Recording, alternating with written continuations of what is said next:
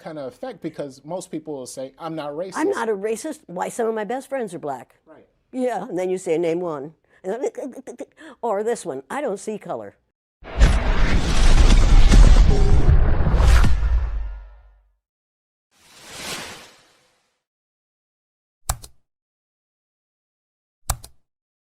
You say that all whites are racist. Can you expound on that, please? Any white person who was born, raised, and schooled in the United States of America, if you aren't a racist, you're a miracle.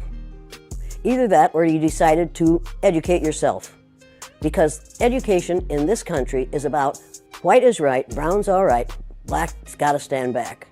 Yellow's mellow, but whites, we educate in a way that says that white males have done all the adventures, have made all the adventures, have done all the discovering, have made all, everything that is good and has been accomplished according to social studies, which is actually anti-social studies, by white males. It's a lie.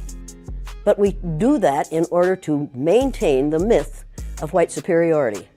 The myth of race has to be maintained at all costs in this country. Because if white people have to give up the color of their skin as being something that makes them perfect, what do they have left? If we start teaching the truth about history, if we start teaching about Nile Valley contributions to civilization, it will totally change the way we conduct ourselves in the classroom. It will have to. Columbus didn't discover America. You can't discover a place where people are already living. But we celebrate that every October. It's a lie. We need to get over, we need to stop telling the myths and start telling the truth.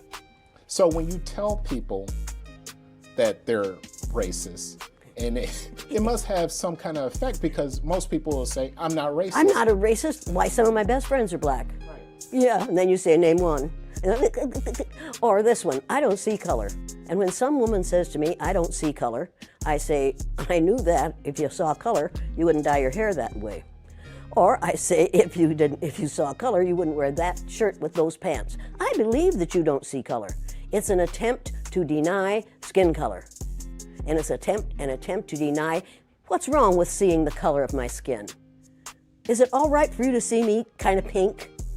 That's okay for me. I don't mind.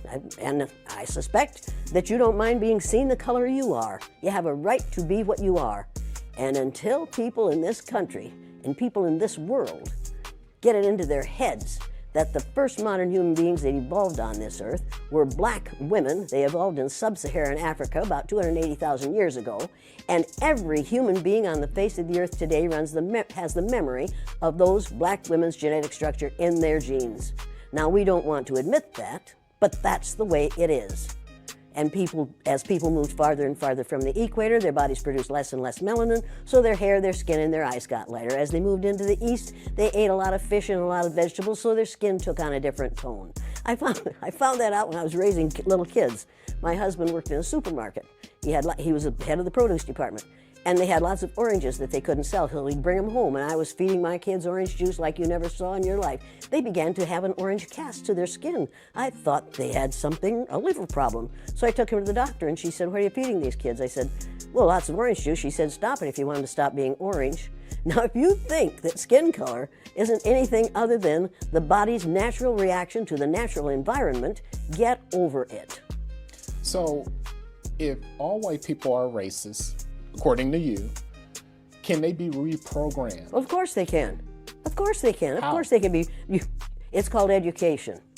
I'm an educator. The word educator comes from the root duc dus, which means lead, the prefix e, which means out, the suffix ate, which means the act of, and the suffix or, which means one who does. An educator is one who is engaged in the act of leading people out of ignorance. Now, I know you can change them. And right now, white people are really frightened. If you don't understand the destruction of Planned Parenthood offices, and you don't understand the wall that we're going to build on the southern border of the United States, you haven't read the book, The Birth Dearth by Ben Wattenberg. Ben Wattenberg was a brilliant Jewish man who was a member of the American Enterprise Institute, and he wrote a book, the first paragraph of which says, the main problem confronting the United States today is there aren't enough white babies being born in this country. He was an advisor to presidents of the United States. He wrote the book in 1987. He says if we don't change this and change it rapidly, white people will lose their numerical majority in this country, and this will no longer be a white man's land. Now, I'm not misrepresenting this. I'm telling you exactly, almost exactly what he says. He says there are 3 things we can do to solve this.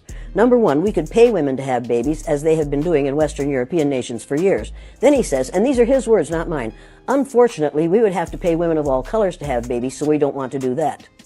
He says the second thing we could do is increase the number of legal immigrants that are allowed into this country every year. Then once again he says, unfortunately, the vast majority of those wanting to come to this country today are people of color, so we don't want to do that. The third thing he says, and women had better pay attention to this, 60% of the fetuses that are aborted every year are white. If we could keep that 60% alive, that would solve our birth dearth.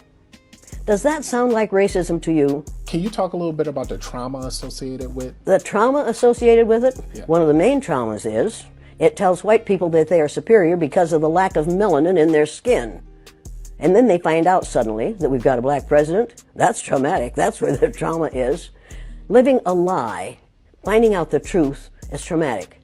Finding out now, recently, that within 30 years, white people will be in the numerical minority in this country is going to be traumatic. White people are scared to death right now, particularly white males. They're scared to death that they are going to lose their power in the future. And they are. But if you want to get ready for the future, if you want to be treated well in the future, treat others well in the present. What we do in the present constructs the future. We called the Japanese, and you'll pardon me, but this is what we called them, slant-eyed little yellow We didn't say that about the Germans. After the war, we rebuilt Germany and Japan, and we get along beautifully with the Japanese. That was in 1945 that we finally won that war. How many years ago was that? Figure that out quickly.